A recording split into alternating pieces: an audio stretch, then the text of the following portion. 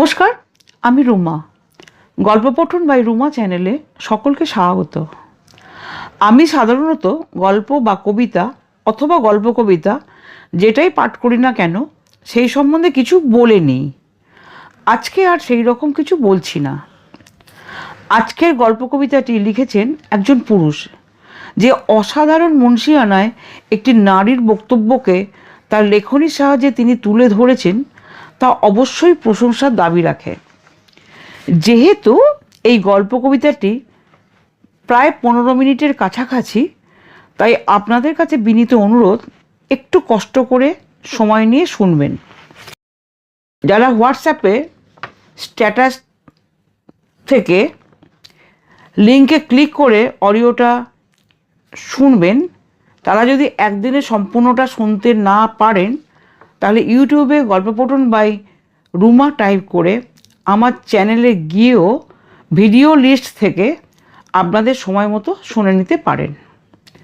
যাই হোক, আজ আর বেশি কথা নয়, শুরু করছি আমার আজকের নিবেদন। আজকের গল্প কবিতা নকল থেকে সাবধান, কবি সরজিৎ ঘোষ। গল্প কবিতা নকল থেকে সাবধান, কবি সরজিৎ ঘোষ। বিয়ের 1 মাস যেতে না যেতেই সব সত্যিটাই ধরা পড়ে গিয়েছিল। বাস্তব জগতের অভিনেতা অভিনেত্রীরা চোখের সামনে অভিনয় করে গেছে, আর নীরব দর্শকের ভূমিকা পালন করে মেয়েটিকে দেখতে হয়েছিল বেশ কয়েকদিন। অভিনয়টা সূত্রপাত হয়েছিল মেয়েটির বিয়ের আগের থেকেই। খবরের কাগজে পাত্রী চাই বিভাগে বিজ্ঞাপন দিয়েছিল পাত্রের মা।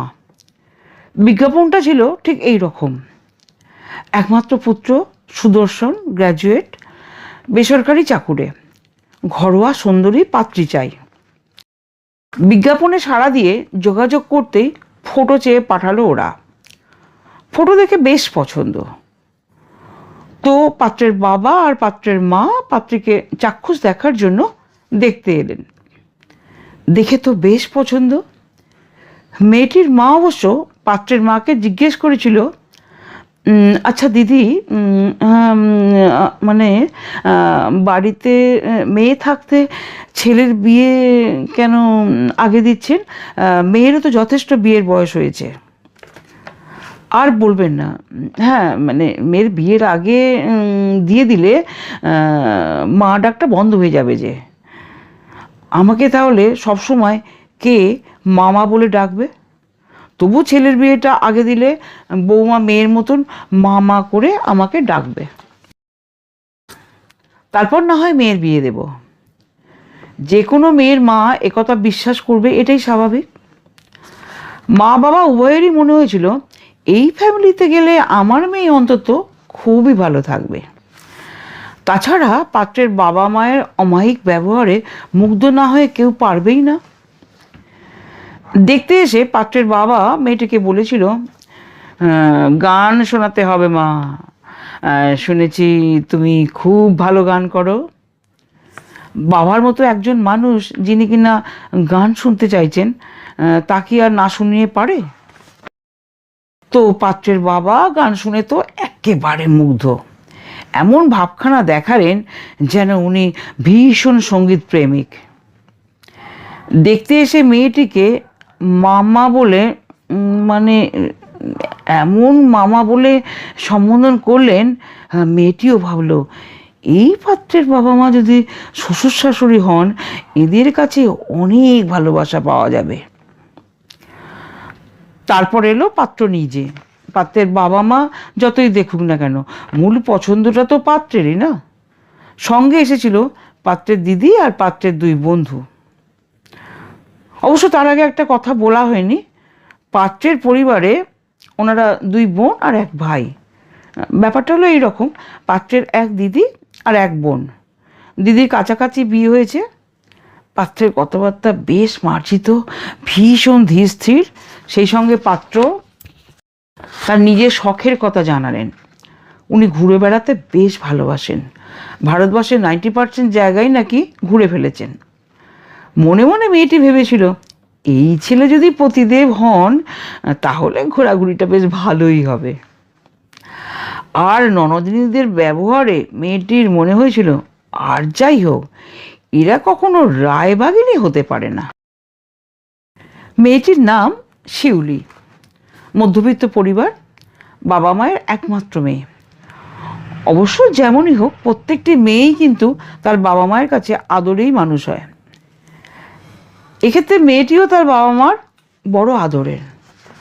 পড়াশোনা বলতে বিএসসি অনার্স, এমএসসি করার আগে ইতি হয়ে যায় বিয়েতে। ভেবে নিয়েছিল বিয়ের পরে সেটা কমপ্লিট করে নেবে।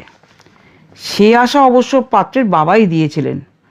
যাই হোক, বিয়ের কথাবার্তা তো ফাইনাল, সঙ্গে সোনা দানা আর যা যা লাগে আর কি। এমন পাত্র তো আর হাতছাড়া করা যায় না। অবশেষে ঘটা করেই মেয়েটির বিয়ে হয়ে গেল। বিয়ের পর থেকেই শুরু হয়ে গেল নাটকের সূত্রপাত। বিয়ের পর থেকে বললে ভুল হবে, বিয়ের দিন থেকেই নাটকের সূত্রপাত। বিয়ের দিন গায়ে হলুদ দিতে এসে পাত্রপক্ষের মধ্যে একজন জানালো বর বিয়ে করতে আসবে না, কারণ এই গ্রামের মধ্যে বরযাত্রীরা আসবে কি করে? বরযাত্রীরা না আসতে পারলে বড় বিয়ে করতে আসতে পারবে না। তাহলে উপায়? গাড়ির ব্যবস্থা করে রাখতে হবে যাতে বরযাত্রীরা আসতে পারে। এমন কথা শোনার পর বাবা মায়ের মাথায় বাজ ভেঙে পড়ে। বরযাত্রীর গাড়ি না হলে সে বর নাকি বিয়ে করতে আসবে না? বাড়ি অদ্ভুত।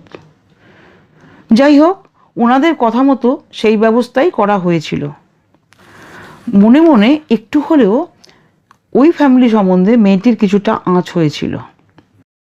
তারপর বিয়ের পর থেকে শুরু হলো মূল নাটক। নাটকের পাত্রপাত্রীরা এমন অভিনয় তারা করেছিল, একেবারে জমজমাট। বৌভাতের একদিন পর মেয়েটির শাশুড়ি আর দুই ননদিনী মেয়েটির ঘরে এসে বিয়েতে পাওয়া শাড়ি গয়না ইত্যাদি জিনিস দিয়ে বলে গেল, এই নাও বৌমা, তোমার সব জিনিস আলমারিতে সব তুলে রাখো। এগুলোতে সব সোনার জিনিস আছে। হ্যাঁ, ওই ওই যেগুলো তুমি বিয়েতে পেয়েছো। কি আছে মা এইগুলোতে? খুলে দেখবেন না? খুলে দেখুন না, খুলে দেখুন। তাছাড়া শাড়ির বাক্সগুলো খুলে দেখুন না। এত শাড়ি তো, এখান থেকে একটা শাড়ি দিদিকে পছন্দ করে দিন না। না না না, ওসব তোমার জিনিস, তুমি বরং খুলে দেখো। আমি এখন এসব খুলবো না, বরং তুমি একটু দেখে নাও। আর দিদির শাড়ি তো অনেক অনেক আছে। সেই মুহূর্তে কেউ আর খুলে দেখে কি? কোনো মেয়েই পারে না। কিন্তু কিছুদিন পর যখন খুলে দেখেছিল, শাড়ির বাক্সগুলোতে ছিল সমস্ত পুরনো শাড়ি। সমস্ত নতুন শাড়ি বের করে নিয়ে ওদের পুরনো শাড়িগুলো শাড়ির বাক্সে আর প্যাকেটে ঢুকিয়ে দিয়েছিল। আর সোনার কয়েকটা জিনিস যেগুলো পুরনো এবং কিছু সিটি গোল্ডের। বুঝতে বাকি রইল না আর কিছুই। এরপর ঘটল এক অভিনব ঘটনা, যাকে বলা যায় একেবারে নতুন কায়দা। বিয়েতে শাশুড়ি মা তার একমাত্র বৌমার মুখ দেখলেন একটা সোনার লোহা দিয়ে, আর পতিদেবের থেকে পাওয়া একটা সোনার অঙ্গুরীয়। দুটোর একটিও কোনোদিনও অঙ্গে ছোঁয়াতে হয়নি মেয়েটিকে। একটি অতিরিক্ত বড় আর একটি অতিরিক্ত ছোট। শাশুড়িকে বলতে উনি বললেন, হ্যাঁ হ্যাঁ, বেশ বেশ তো বেশ তো, আমাকে দিও, আমি আমি চেঞ্জ করে এনে দেব। সেই যে দুটো জিনিস চেঞ্জে গেল, আর আসেনি। আসবেই বা কী করে? সবটাই তো পূর্ব পরিকল্পিত। বিয়ের অষ্টমঙ্গলা কাটিয়ে মেয়েটি যখন ওই বাড়িতে গেল, তখনও পর্যন্ত বাড়িতে বড় ননদিনী আছেন। প্রথমটা বুঝতে না পারলেও পরে বুঝেছিল, এখনো পর্যন্ত বাড়ির বড় ননদিনী তার শ্বশুর বাড়িতে থাকে না, বেশিরভাগ টাইমটাই এখানেই থাকে। বিয়ের আগে এই সত্য বলেননি যদিও। শাশুড়ি দুই ননদিনীকে নিয়ে থাকতে ভালোবাসেন। বর্তমানে বিবাহিত বড় ননদিনী ডেলি প্যাসেঞ্জারের মতো যাতায়াত করে। বেশিরভাগটাই বাপের বাড়িতেই কাটে তার, কারণ মধু ভাণ্ডারটা তো নাকি এখানেই থাকে। তবে শাশুড়ির একটা কথা খুবই মনে ধরেছিল মেয়েটির।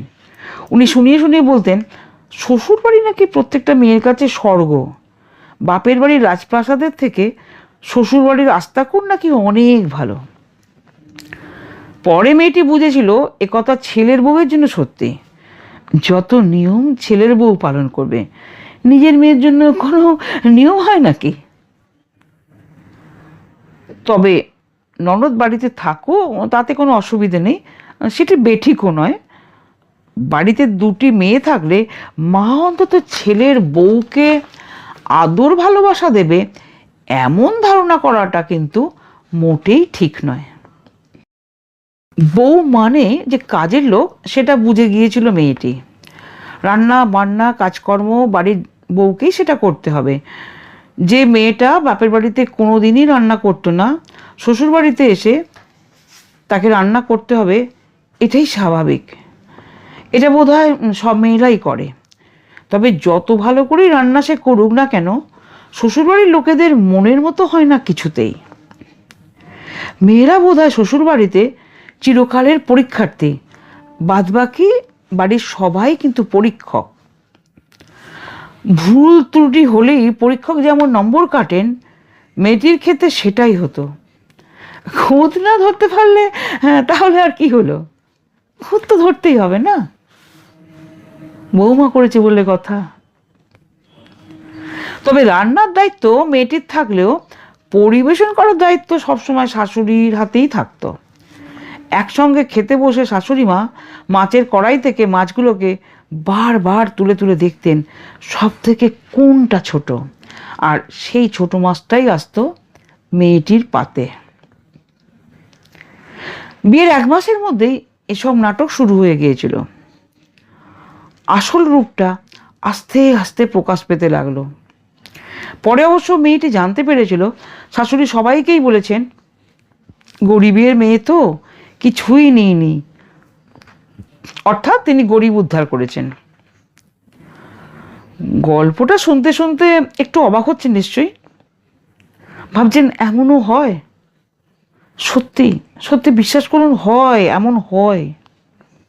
আসলে আসলে কি জানেন, শিউলি নামটা আমারই। এই সত্যিটা চেপে রাখতে পারলাম না, তাই প্রকাশ করে দিলাম আর একটা সত্যি, যে এটা আমার নামটাই শিউলি এবং এটা আমার জীবনের ঘটনা। এরপরে আবার প্রকাশ পেল আর একটা সত্যি কথা, যেটা শোনার জন্য আমি একটুও প্রস্তুতি ছিলাম না। শুনলাম আমার পতিদেবের চাকরি চলে গেছে। কথাটা শুনে তো ভেঙে পড়লাম।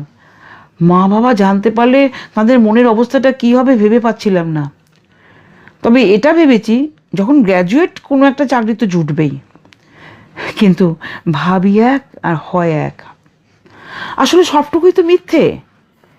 কেননা উনি মাধ্যমিক পাস, বলার মতো ভাষা হারিয়েছি তখন। কোন প্রতারকের ফাঁদে পড়েছি বুঝতে বাকি নেই। বিয়ের আগে পাত্রের রেজাল্ট মার্কশিট কেউ কখনো দেখতে চায় কি?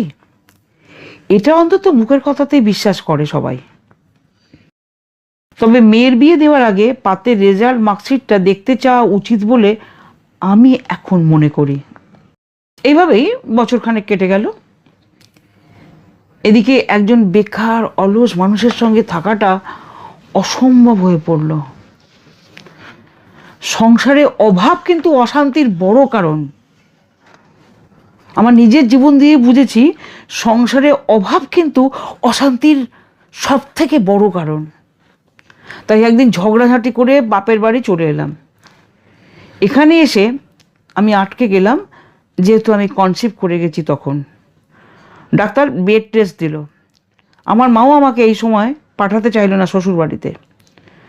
সেই সময় পতিদেবকে ব্যবসা করবার জন্য টাকা পয়সাও দিয়েছিল আমার বাবা, যাতে জীবনে কিছু একটা করে উঠতে পারে।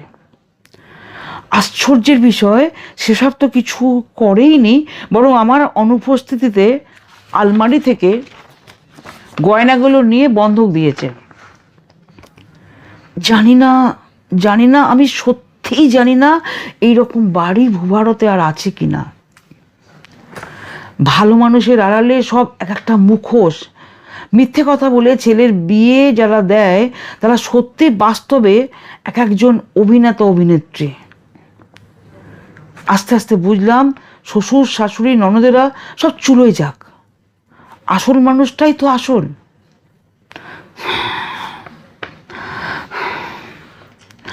আমার মেয়ে হওয়ার ঠিক 5 মাসের মাথায় আমি চাকরি পেয়ে যাই।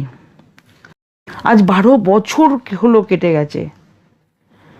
আলাদা বাড়িতে থাকি, ডিভোর্স দিইনি। হ্যাঁ, ইচ্ছে করেই ডিভোর্স দিইনি। ডিভোর্স পেয়ে গেল মানে তো একটা বৈধ ছাড় পেয়ে গেল, তাই না? ডিভোর্স পেয়ে গেল মানে তো একটা বৈধ ছাড় পেয়ে গেল। আবার কোন একটা মেয়ের জীবন নষ্ট হয়ে যাবে হয়তো। তবে আমার বাবা মা অবশ্য খোঁজখবর নিয়েই বিয়ে দিয়েছিল সেই সময়। যতটুকু খোঁজ নিতে হয় ঠিক ততটুকুই। আচ্ছা, একটা কথা বলুন তো, একটা মেয়ের বিয়ে দিতে গেলে ঠিক কতটা খোঁজ খবর নিতে হয়? মানুষকে চিনবে কিভাবে? বাইরে থেকে ঝাঁ চকচকে সবাই দেখে, ঠিক কতটা ভেতরে ঢুকলে ঠিক জানা যায় সেটাই তো জানা নেই। যারা ভণ্ড হয় তারা বাড়ির বাইরেও অভিনয় করে চলে, তাদের আসল রূপ বাইরের লোকের কাছে কখনোই ধরা পড়ে না। এ ধরনের মানুষগুলোর কখনোই কোনো পরিবর্তন হয় না। মানুষ চেনার যদি কোনো যন্ত্র থাকতো তাহলে খুব ভালো হতো। বিশ্বাস করুন, তাহলে খুব ভালো হতো। জানেন তো, সরল সাদাসিধে মানুষগুলো বিশ্বাস করেই ঠকে, আর ভণ্ড মুখোশধারী মানুষগুলো ঠকানোতেই বিশ্বাসী। অনেক পরিবার আছেন ছেলের বিয়ের জন্য সুন্দরী শিক্ষিতা পাত্রী খোঁজেন, আবার অনেকেই মেয়ের বিয়ে দেওয়ার জন্য সরকারি চাকরি করা ছেলে খোঁজেন। এ ধরনের খোঁজ করার আগে একবার ভেবে দেখবেন কেন খুঁজছেন। একটা কথা সত্যি, জামাই যতটা আদরের হয় বৌমা কিন্তু অতটা আদরের হয় না। তাই ছেলের বিয়ে দেওয়ার জন্য যখন সুন্দরী শিক্ষিতা পাত্রী খুঁজবেন তখন বারবার ভাববেন ছেলের বউকে সেই মর্যাদাটা দিতে পারবেন তো দিতে। কাশ্মীরি আপেল গাছ বসানোর আগে ভেবে দেখুন আপনার বাড়ির পরিবেশে আপেল চাষ করা যায় কিনা। বলছি, কাশ্মীরি আপেল গাছ বসানোর আগে ভেবে দেখুন আপনার বাড়ির পরিবেশে আপেল চাষ করা যায় কিনা। আশানুরূপ ফল না পেলে প্লিজ প্লিজ গাছের দোষ দেবেন না, কিন্তু দোষ দেন নিজেদের। তবে একটা কথা সত্যি, আমাদের সমাজে ছেলেরা বিয়ে করে আর মেয়েদের বিয়ে হয়। ছেলেরাই নাকি মেয়েদেরকে বিয়ে করে, সে করুক, তবে প্রত্যেকটি মানুষ যেন মানে মানে একবার ভাবে যাকে বিয়ে করে নিয়ে আসা হলো সেও কিন্তু একটা মানুষ, সেও কোনো এক বাবার আদরের মেয়ে। আপনাদের কাছে আপনার মেয়েটি যেমন আদরের, ছেলের বউটিও তার বাবার কাছে তেমন। তাই কারোর আদরের জিনিস কোথাও যদি অবহেলায় পড়ে থাকে সেটা বোধ হয় বড় কষ্টের, তাই না? যাই হোক, আমার কথা ছাড়ুন। আমি নয় চাকরি পেয়ে নিজেকে প্রতিষ্ঠিত করতে পেরেছি, একমাত্র মেয়ে বলে, বাবা মায়ের সমর্থন ছিল বলে, সেই জন্যই এরকম ভণ্ড পরিবারকে ত্যাগও করতে পেরেছি। কিন্তু অনেকে উচ্চশিক্ষিত, খুব ভালো চাকরি করে, কিন্তু বেশ কয়েকজন বোনের দায়িত্ব নেওয়ার জন্য বাবা মায়ের চাপে, সমাজের চাপে, বোনেদের ভবিষ্যৎ কী হবে ভেবে এইরকম অপদার্থ স্বামী, অত্যাচারী শ্বশুরবাড়িকে ত্যাগ করতে পারে না। তাই বলছি, আমার মতো বর শ্বশুরবাড়ি ত্যাগ করতে সব মেয়ে তো পারে না। আমি জানি আমার প্রতি আমার শ্বশুরবাড়ির সকলেরই একটা জেলাসি সবসময় কাজ করে। তা করুক, কী করা যাবে। বৌমার সফলতা অনেক শ্বশুরবাড়ির লোকেরাই মেনে নিতে পারে না। আমার সৌভাগ্য এই যে লেখাপড়াটা আমি ভালো করে শিখেছিলাম, তা না হলে আজ কোন অতলে তলিয়ে যেতাম কে জানে। আমার মতো কত শিউলি আছে যারা নিজেকে প্রতিষ্ঠিত করতে পারে না। পড়াশোনায় যে সকলেই ভালো হবে বা সকলের যে ভালো রেজাল্ট আছে এমনটাও নয়। আগামী দিনে সব মেয়েদেরকে সুশিক্ষায় সুশিক্ষিত করে প্রতিষ্ঠিত করে বিয়ে দেওয়া উচিত। মেয়েদেরও এই ব্যাপারে এগিয়ে আসতে হবে। ছেলেদের ঘাড়ে চাপানোর নীতি থেকে সরে আসতে না পারলে জীবন দুর্ভোগের অন্ধকারে নিমজ্জিত হবে। জীবন মানেই চড়াই উতরাই, জীবন মানেই চড়াই উতরাই। আনাচে কানাচে লুকিয়ে আছে কত ভণ্ড পরিবার, ভালো মানুষের আড়ালে কত মুখোশ। এরকম ক্ষেত্রে শুধু একটাই কথা বলবো, নকল থেকে সাবধান। এরকম ক্ষেত্রে শুধু একটাই কথাই বলবো, নকল থেকে সাবধান। নমস্কার।